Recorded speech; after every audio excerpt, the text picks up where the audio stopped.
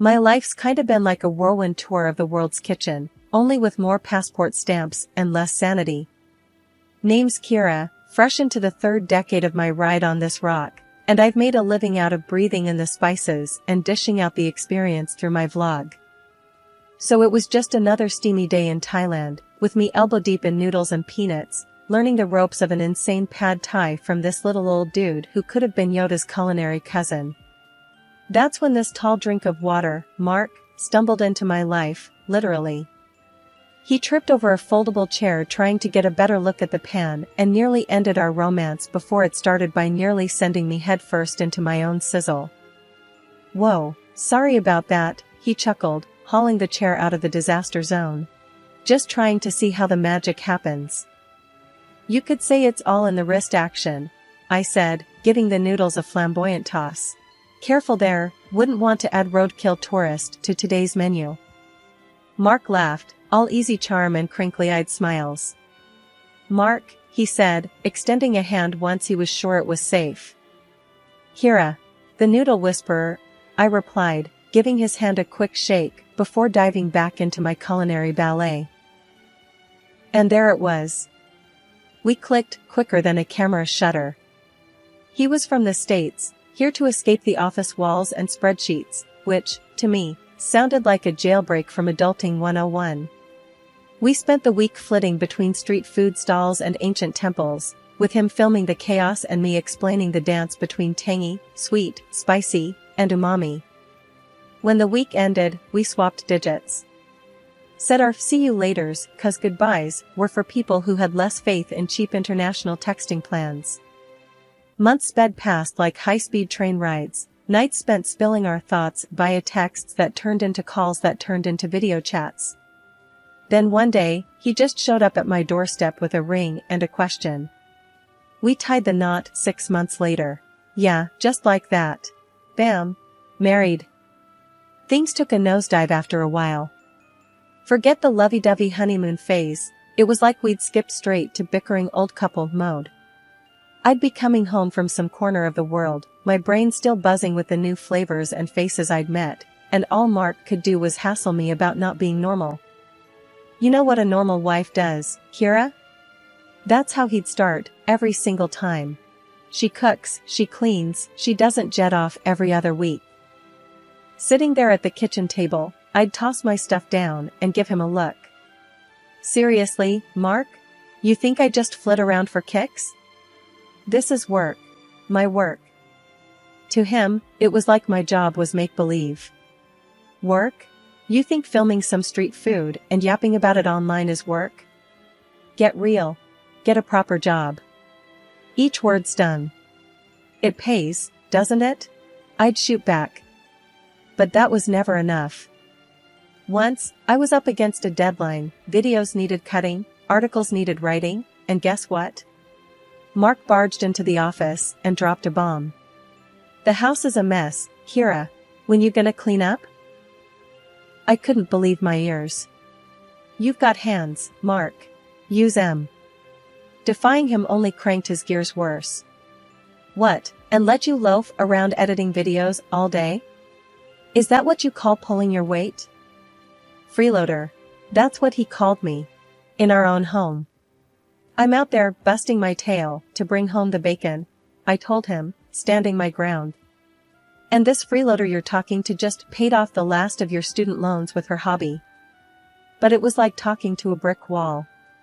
All he saw was a wife who wasn't fitting his mold, who wasn't, I don't know, June Cleaver or somebody. And the worst part? Instead of getting it through his thick skull that we were partners in this, he doubled down. Why don't you make something of yourself, huh? He'd sneer. Get a job with a desk, something steady. I am making something of myself. I shouted, slammed my laptop shut so hard I'm surprised it didn't break. You think it's not a real job because I'm not miserable like you? Normal was his favorite word. Bite to eat, 9 to 5, white picket fence, the whole boring shebang. Drove me nuts. But as for me, I wasn't about to let go of my passport or my dreams, no matter what he thought a wife should be. Beatrice, Mark's mom and my mother-in-law, was the kind of person whose idea of a surprise visit was her showing up in your living room ranting about something you did or didn't do. Living just a couple of streets away, she considered our house part of her daily walking route, which basically meant she'd drop by whenever she felt like it. So there I was one Tuesday, laptop open, trying to get some work done on my latest travel vlog. You could almost set your watch by Beatrice. Sure enough, like clockwork, the front door swings open, it's never locked for Beatrice, and there she was. "Working on your little videos again, huh?" Her voice dripped with disdain. She didn't even say hello. I sighed, trying not to look as interrupted as I felt. "Hey, Beatrice. Yeah, gotta keep on top of it." She tossed her oversized purse onto the couch and made herself comfortable. "You know, when I was your age, I was raising kids, keeping a spick-and-span house. Didn't have time for hobbies." Her words plucked at my already frayed nerves. "It's not a hobby, Beatrice. This is my job." Beatrice snorted as she peered over her glasses, which she only wore to make a point. "Call it what you want. When's the last time you cooked your husband a proper dinner? Or are you too busy working on these little trip films?" I bristled. She knew how to hit where it hurt. "Mark eats just fine. I don't hear him complaining." "Oh, he complains, all right. Just not to you." She smirked and picked at a non-existent speck of dust on her trousers. I wanted to scream. Instead, I shut my laptop, a little too hard, and stood up. "I'm right here, Beatrice. And I'm working. Bringing in money. Isn't that important too?" She huffed, getting up. "Well, if you won't listen to me, maybe you'll listen to the pastor. We're having dinner tonight, and he'll set you straight." I was dumbfounded. "Dinner? Tonight? Beatrice, I have deadlines." "Not anymore. You can put off your deadlines to save your marriage. I've seen the signs, Kira. It's now or never." Fuming, I barely managed to keep a civil tone. "Fine. But this is our life, not just mine or Mark's. Don't you forget that." Beatrice smirked, triumphant. "We'll see," she said, and plucked her purse up again. 6 o'clock. And wear something nice for a change. After the door clicked shut, the silence thudded in my ears like the after-ringing of a bell. So much for a quiet workday at home. Now I had to deal with a dinner ambush and a pastor mediating my marriage? Great, just great. Cooking had always been my kind of therapy, mixing flavors like I mixed colors on a canvas. But here came Beatrice, marching into my sanctuary like she owned the place, ready to burn it down with a single glance. That Thursday, I was in the zone, chopping vegetables for a stir-fry, another recipe I'd picked up from my travels. The door flew open and Beatrice waltzed in, all frowns and scowls. "What's that smell?" was the greeting I got. No hello, as usual. I kept the irritation out of my voice, doing my best to stay polite. "Stir-fry. It's a recipe from Thailand," I replied, hoping she'd just sit down and maybe, just maybe, keep her opinions to herself for once. But no dice. "Can't you make anything normal? Real food?" Beatrice scoffed, planting her hands on her hips. I could feel the anger bunched up at the base of my throat, but I swallowed it down, trying to preserve some peace. "I just thought we'd try something new," I said. Mark poked at the food with a fork like he was testing if a piece of roadkill was ready to be scraped off the pavement. "New? I've seen better-looking garbage." "You tell her, Mark," Beatrice egged him on, her arms crossed over her chest. "Yeah, Kira, stick to what you know, which isn't much," he chuckled. His mom laughed along, slapping him playfully on the arm. I felt my cheeks burning up. This was too much, even for me. But before I could come up with anything to say, Beatrice grabbed the skillet from the stove. "Don't waste our time with this garbage," she hurled the contents of the skillet into the trash can. The room fell silent except for the hiss of leftover heat on the empty pan. I stood there, frozen, trying to wrap my head around the fact that the meal I had spent the last hour preparing was now mixed in with coffee grounds and eggshells. My effort to please, to do something different, felt foolish now. I looked at the trash, and I could feel every cruel word and snide remark they ever threw at me sticking to my skin. I couldn't even be mad anymore, it felt pointless. I started to clean up, my movements automatic. The kitchen felt colder now. I knew I should be angry, I should scream or cry or something to show them this wasn't okay. But instead, I just moved quietly, picking up the pieces of my failed attempt at dinner, at trying something, anything, to make this life I was living feel like it had a bit of me in it. The day had heated up more than the forecast said. It was Beatrice's birthday, and against my better judgment, I had gone and got her something special. Wrapped the gift myself, this mirror from Morocco, all hand-painted tiles and real craftsmanship. I thought she might appreciate something unique, something not from the department store clearance shelf. So what did you get her? Mark eyed me as he sprawled over the couch like some lazy cat. Something nice? I said, my hands tweaking the bow on the package, trying to smooth down my rising nerves. He chuckled. You're nice, and her nice ain't the same, Kira. We were in the dining room, this shrine to dark wood and silence, waiting for the queen herself to show up. I heard her before I saw her, that voice curdling the air. Mark, what's the hold-up? There's cake waiting. She swept in, her gaze fell on the gift, and she frowned. What's that? I handed over the package with a hopeful smile. Happy birthday, Beatrice. She looked at me like I was offering a dead rat. But she took it, shredded the paper, and held up the mirror. What in the world is this? I felt Mark's stare burning into my scalp. It's a mirror, handmade from Morocco. I thought it was beautiful, unique. Unique? She squawked, her face scrunching up. It's hideous. And before I could even blink, she slammed the thing onto the floor. Shattered glass skittered across the tiles like wicked ice. Mark didn't even flinch. Kira, what were you thinking? His voice was sharp enough to cut. I stared at the broken mirror, feeling something inside me splinter along with it. I'm sorry, I thought. She cut me off with a wave of her hand, turned to Mark.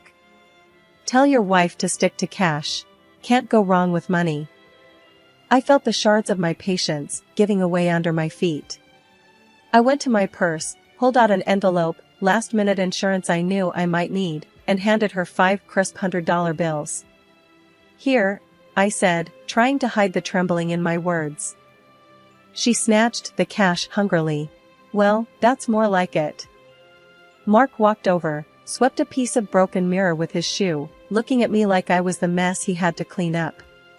Next time, just ask me what to get her, he snapped. I dumped the shards into the bin, listening to them tinkle like a chandelier in a quake. A quieter, angrier part of me wished I could tell her exactly where she could stick her money, but instead, I quietly wrapped her cake slices, got through the day without another word. As the hours lurched by, the house filled with the laughter and chitter of guests, all of them ignoring the tense undercurrent that was me and them. I handed out drinks, laughed when expected, and played the part of the devoted wife and daughter-in-law. That evening I sat on the edge of the bathtub, staring at my reflection in the smaller, unbroken mirror there. If only I could buy something to fix what was broken inside, I thought. The silent room seemed to agree, and for a long time, it was the most understanding company I had. The wheels of my suitcase dragged a rhythmic clunking over the joints in the sidewalk as I walked up to my front door. I'd just gotten back from Greece. I was there for a shoot, for weeks of filming and a slice of freedom that I didn't know I was starving for until I tasted it. My keys seemed to jangle extra loud as I fitted them into the lock and swung the door open. What hit me wasn't the smell of the house or the stack of unopened mail. It was Beatrice, planted in the middle of the living room, bags piled at her feet like she'd just claimed a spot on the subway. I'm moving in, she declared, her voice brooking no argument. I felt my exhaustion evaporate into a tight ball of anxiety in my chest. What? Why?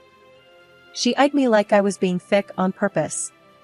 Rent's killing me, and since you're never around, it makes sense. I'll take the guest room. This was the worst kind of surprise, the kind that didn't bring any joy, just a heavy weight. I looked to Mark, seeking an ally, but his face was set in stone. Yeah, Kira, why the hell not? Makes sense to me, Mark said. I heard in his voice the finality of a door slamming shut. But, Mark, He cut me off with a sharp wave of his hand. Don't start. You've been freeloading off my space for years. The word stung, like rubbing alcohol on a fresh cut. That's when my hand dove into my bag, rummaging past the trinkets and memories of Greece until my fingers wrapped around the envelope, the one I kept tucked away for moments impossible to predict. I slapped the divorce papers on the coffee table between us. They seemed to hover for a second before landing, a soft sweep in the tense air. I want a divorce. For a moment, Mark just stared, and the only sound was Beatrice's slow inhale as if she was about to dive underwater. He picked up the papers, and I braced myself for yelling, for pleading, anything. But without saying a word, he scrawled his name across the bottom and tossed them back at me like they were a takeout menu he didn't want. Beatrice, her eyes gleaming like when she found $50 in a coat pocket, actually clapped. It's about time. I looked between the two of them, this pair that was supposed to be my family, and I felt nothing but the need to fill up my lungs.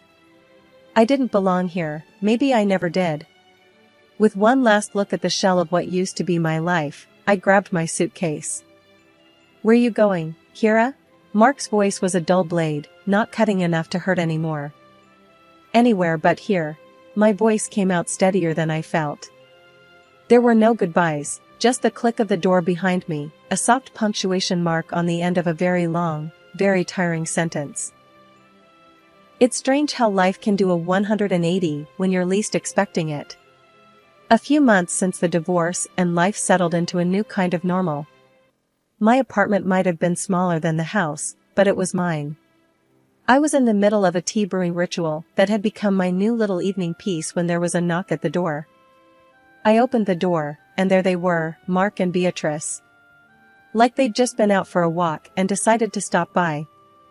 We saw your TV show, Mark said, shoving his hands into his pockets, a sheepish grin smeared across his face like a kid caught with his hand in the cookie jar. Beatrice just stood there, a forced smile stretching her lips tight. Yeah? I said, nursing my mug, not stepping aside to let them in. You watching TV together now? You're doing well, huh? Beatrice chimed in, peering over Mark's shoulder to get a look inside the apartment. I leaned against the door frame, taking a slow sip, feeling the heat of the tea and the situation. I suppose, I replied, the edge of a laugh bubbling beneath the surface. It wasn't just small talk they were after, I could smell it. These two never came without an agenda. Beatrice looked desperate, fidgeting with her purse strap, and Mark looked like he was about to try selling me a used car that was 2 steps away from the junkyard.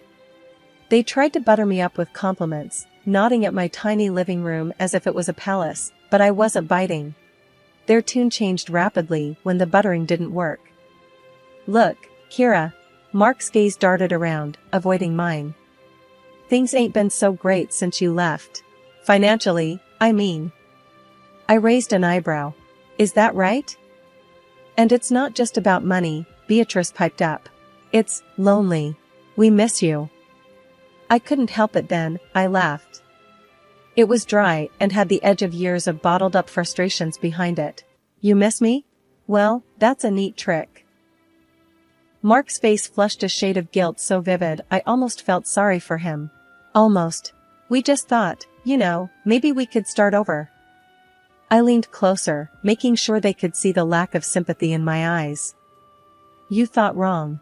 I've moved on, and this? I paused, gesturing to the space between us with my mug. This is me being happy, without the drama, without the mess. You two were the best bad decision I ever walked away from. Beatrice's mouth snapped shut, her face folding into a scowl. Mark just stood there like I'd slapped him across the face. They didn't say anything more, they didn't have to. As they turned away, their shoulders slumped, the door closed with a soft click and I was alone again, my heart pounding a victory march. I turned, pressing my back against the door, sliding down till I was sitting with the mug held loosely in my grip, my laughter ringing out, clear and loud in the empty apartment. Turning the tables never felt so good. My life's totally flipped since the show took off. People can't seem to get enough of me eating my way through the most out-of-way places and bringing back killer recipes. I guess it's true what they say, everyone loves a good comeback story, and mine's being served up nice and spicy. As I sat scrolling through my socials, watching the follower count tick up like it's got somewhere to be, my doorbell rings. Who could that be? I haven't ordered takeout. Lo and behold, there they were again, Mark dragging his feet and Beatrice trying to straighten out her scowl like she's walking into church. Kira, you gotta listen. Mark gets down on his knees right in my hallway like he's about to propose again, which is funny in a sad sort of way. I'll do anything. I'll even clean the house, cook your meals. I crossed my arms, trying not to let my smirk show. Really? You cooking? That'd be the day. And Beatrice, oh, she's got this look like she just ate something sour. Kira, the show's great and all, but family's family. I let out a little chuckle. Oh, I know about family all right. And mine just got a whole lot bigger, a couple million online. They blinked at me, not quite getting it, so I spelled it out. My followers, Mark. They're my family now. And they seem to appreciate me a whole lot more. Beatrice piped up again, with her hands fidgeting like she's trying to pull words out of the air. Kira, we just didn't realize. I cut her off with a little wave of my hand. Save it. I've heard enough. Did I ever tell you about that mirror from Morocco, Beatrice, the one I gave you for your birthday? They both looked at me, puzzled, like two kids who can't remember if they fed the dog. You broke it, threw it on the floor, I reminded her. Beatrice's face fell. Oh, that old thing? I nodded, casual-like. Worth thousands, that old thing.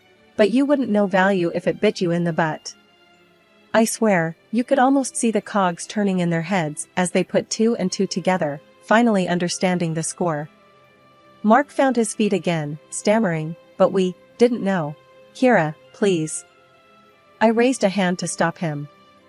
I've always had money, even when you thought I was down and out. And now, my little TV venture's making sure I've got more than I know what to do with. Mark looked like he was about to pass out, and Beatrice, she was muttering under her breath, something about not knowing. I walked to the door, opened it wide, and stood there. Here's how it's going to be. You two will turn around, walk out of my life, and never come back. I don't need your drama. I've got my own show for that. They didn't move, just stood there gobsmacked. So, I made it real simple for them. Out. Now. And don't bother me again. I got recipes to try and places to see, and none of them include you. Shutting the door behind them, I felt the weight of the world lift off my shoulders. I went back to my kitchen, to my little empire of spices and sauces, to the future I was cooking up one dish at a time. I wasn't really mad, just done. Done with their begging, done with their games, done with anything that didn't smell like success. Or my next big meal. It felt good. No, it felt great. I glanced at my phone again, another 100 followers since I last checked. Yeah, I think I'll be alright. No need to look back when the future's this flavorful.